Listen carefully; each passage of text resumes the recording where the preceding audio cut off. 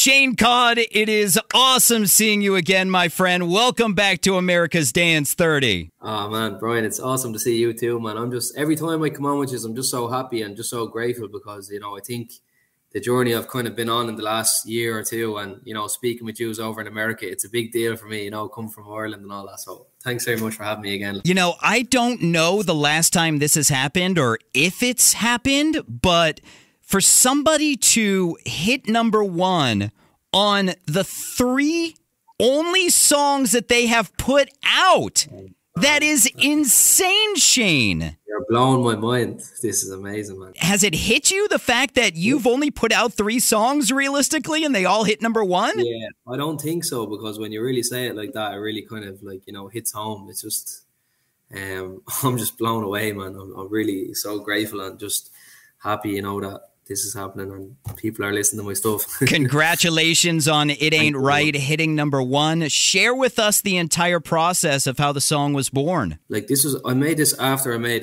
Get Out in my head, like within a month of, say, of making it. And I had it kind of sitting there.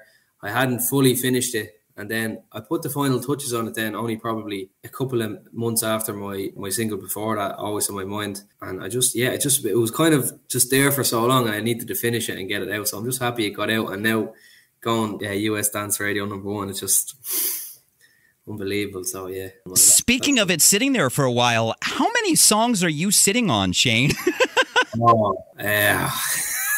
I was actually looking at them today. I was working on a track last night. You know, every time I work on a new one, I get really excited about it. And I'm like, I can't wait to get this one out. And then I do have a lot of songs, but like I feel like now I'm trying to coming up with a process where I'm like, right, this one will suit to come out then. And I'm just working on so much new music. I can't wait to get out, Brian. I'm excited.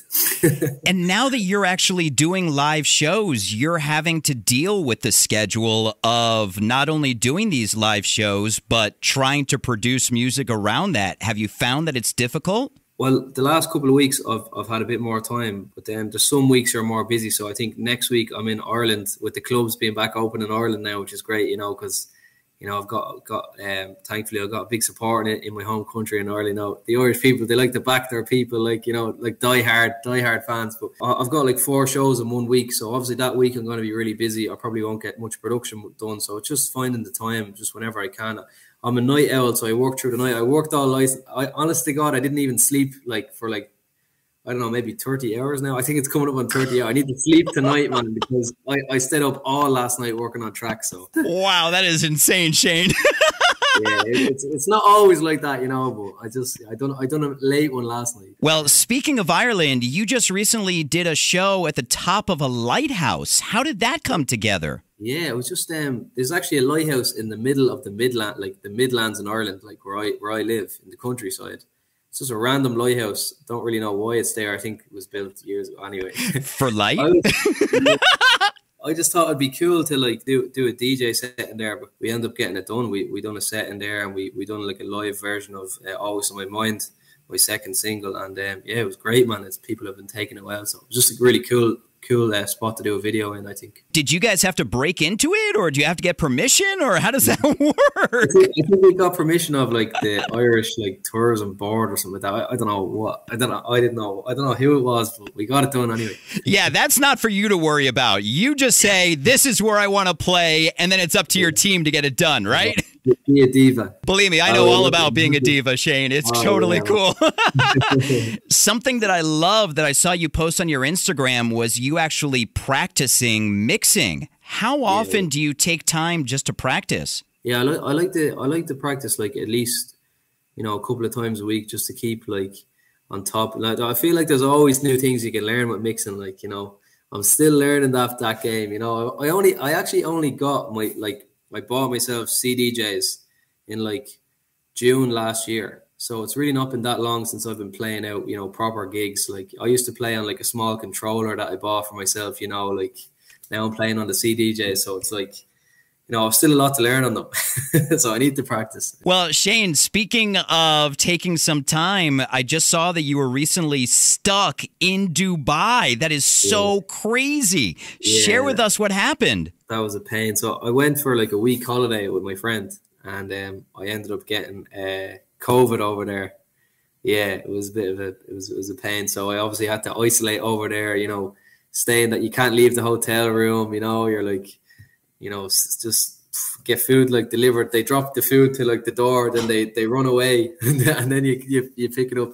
But yeah, I had an Xbox and that kind of saved me, although I do wish I had a laptop, to be honest, because I could have worked on some music, but you know, I didn't bring my laptop because I was on holiday. But anyway. When you're in that kind of a situation, do you just have to like call down to the front desk and say, hey, listen, I'm going to be stuck here for a couple of weeks? Yeah, pretty much. Like I just had to, you know, tell them what the story was. And they were like, oh, I remember because we were originally in a different room. And then when they wanted to move me to a different room, to like the isolation room, the guy came up in a big, like, you know, the hazmat suit. Oh my God.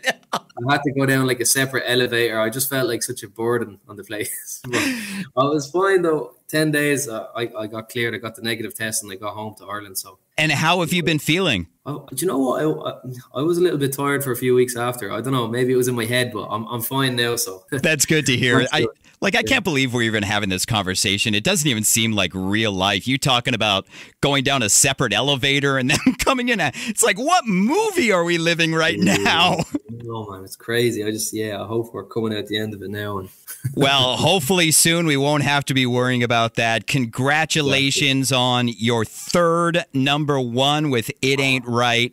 Besides some sleep, what's next for Shane CODD? Yeah, you know, the sleep, the immediate thing for me is, you know, sleep, and obviously, you know, be very grateful for this moment. But what's next for me is just finishing tracks that I'm working on. I've got, like I said, I was working on one last night, just doing gigs and trying to schedule up. So I'm working on a track now, and me and my team are very excited by it. So, you know, hopefully that other people will like it when they hear it too. So it's just getting the date lined up and getting that one out, and you know, getting new music and gigs. That's all I'm thinking about, man. Speaking of your music, you know, sometimes you actually do list the vocalist with It Ain't Right, You Didn't. Is that a case of the vocalist not wanting to be featured, or? So the funny thing about that is, you know, as I said, I made that after I made my track Get Out of My Head. And at the time, like, I didn't have access. I wasn't actually signed to a label at the time.